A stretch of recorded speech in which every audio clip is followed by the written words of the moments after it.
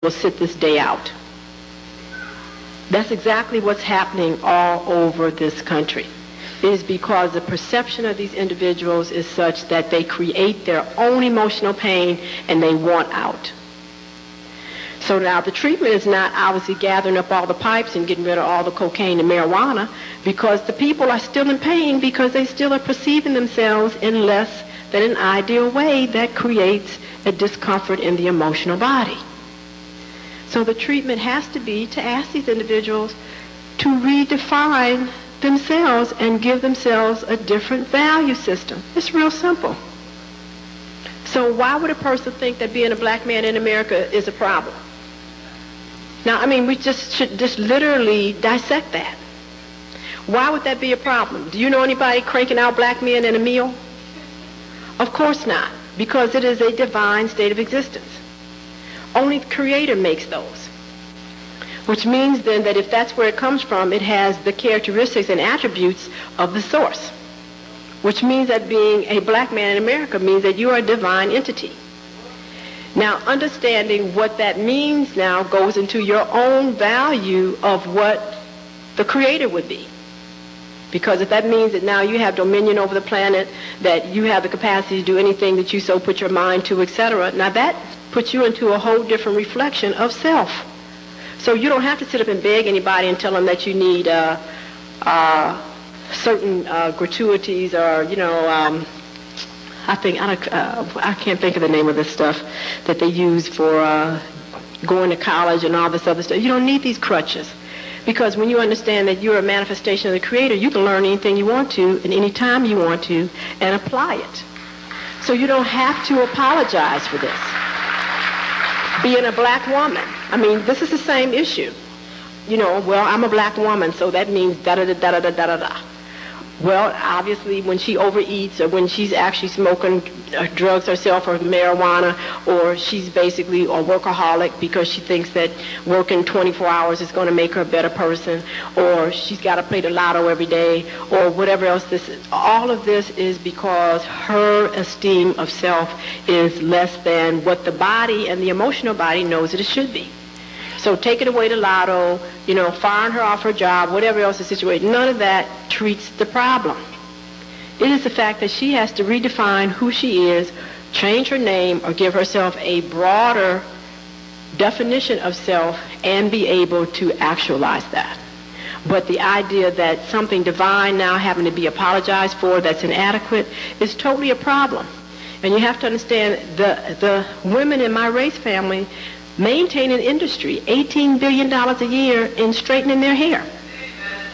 Now, see, you have to understand that is a real problem because, first of all, it totally takes her out of her elements that she needs to be able to be here on the planet. You can't stay in the sun. You can't be in the rain. You can't be in the wind. You need sun and water and wind. So what do we have here? We have an addiction. That is an addictive process.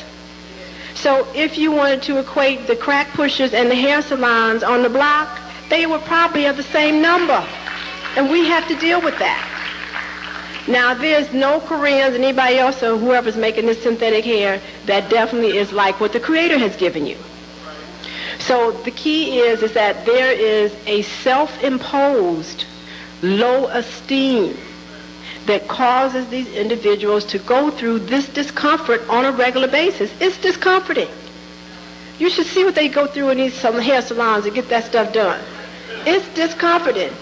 And there's no need of lying about it. And, as like I said, it's unnatural. You cannot be your natural self and sustain it. So therefore, it's like that automatically takes you out into a different element. And I learned that a long time ago, and I just really had to let that go.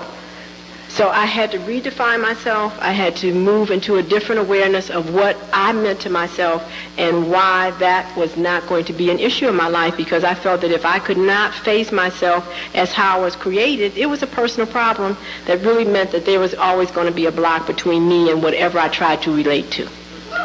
So now we have the same issue with our relationship with our children. It's not a sincere one because we don't even come to them being ourselves. We have this problem with the relationships with our men because we don't come to them being ourselves. I have some women that tell me that their husband ain't never seen their real hair. I mean, that's incredible. So, what is he really loving? What is he really with? That this kind of limitation or esteem of self is extremely dangerous. And when a person withholds from themselves to that extent, how are they going to really give you their best? They lie every time they say they love you. How can they when they don't love themselves? And we need to stop really playing these games. This is what causes the diseases that we have, and we cannot look to anybody but ourselves to treat them. So, as I see these huge institutions propping up here talking about they're the hospitals and they can give you a new arm and somebody's liver and somebody's leg and whatever else, etc., it is totally unnecessary because you can regenerate any part of your body. And the proper thing to do is give you the information so you can access that part of your brain so that it can regenerate. But the idea that you're going to go in the garbage can and get somebody's dead body in the grave and put that inside yourself, totally no esteem.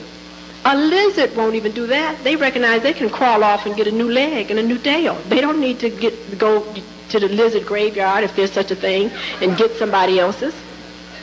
So here you are with a huge brain that has the capacity to put airplanes in the sky, space stations, and you're going to crawl off and get a dead carcass and put it in your body.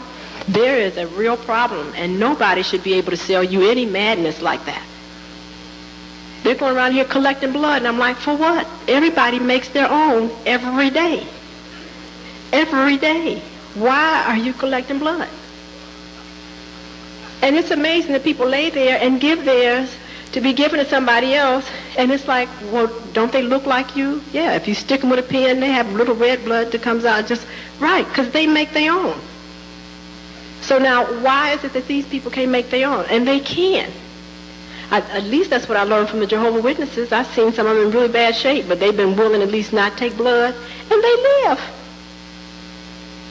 Now, of course, we're taught to harass them and do all kind of things to them in the hospital, that kind of thing, but it's been amazing. I've learned a lot of interesting things from my patients. They're my greatest teachers. I have patients that walk around and go to work every day with hemoglobins of 2.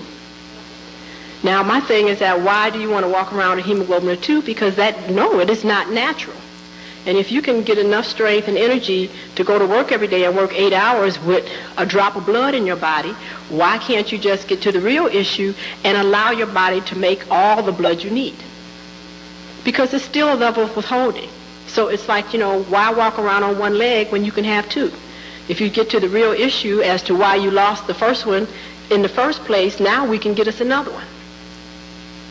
Do you begin to understand what I'm saying is that this esteem issue, this lack of limitation of understanding who we are and what gifts we have are the reason for our suffering, and there's no institution outside of you that is going to be the answer to rid these problems. No, no, no. So it's no need to invest your energies in that when you already come here completely capable of being here indefinitely and totally being capable of being total master and mistress of this entire planet. But that requires a state of consciousness. That's the only thing that separates the weak from the strong. It's consciousness. It is consciousness, because truly I've seen people who've had half of a body be able to have much more transportation, be able to go and do more places than folks with a whole grown body. Now, see, that's incredible, because when you have a mind and an emotional body that's working, you can get anything done in this dimension.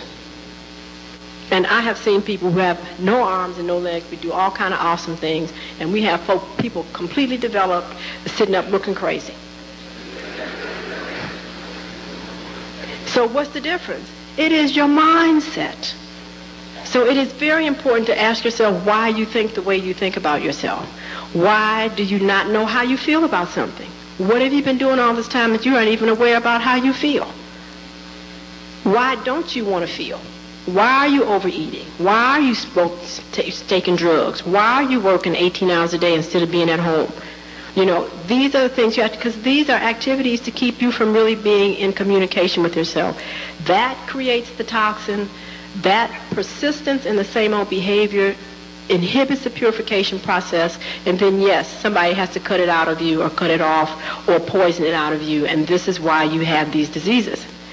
So again, the cause originates from within.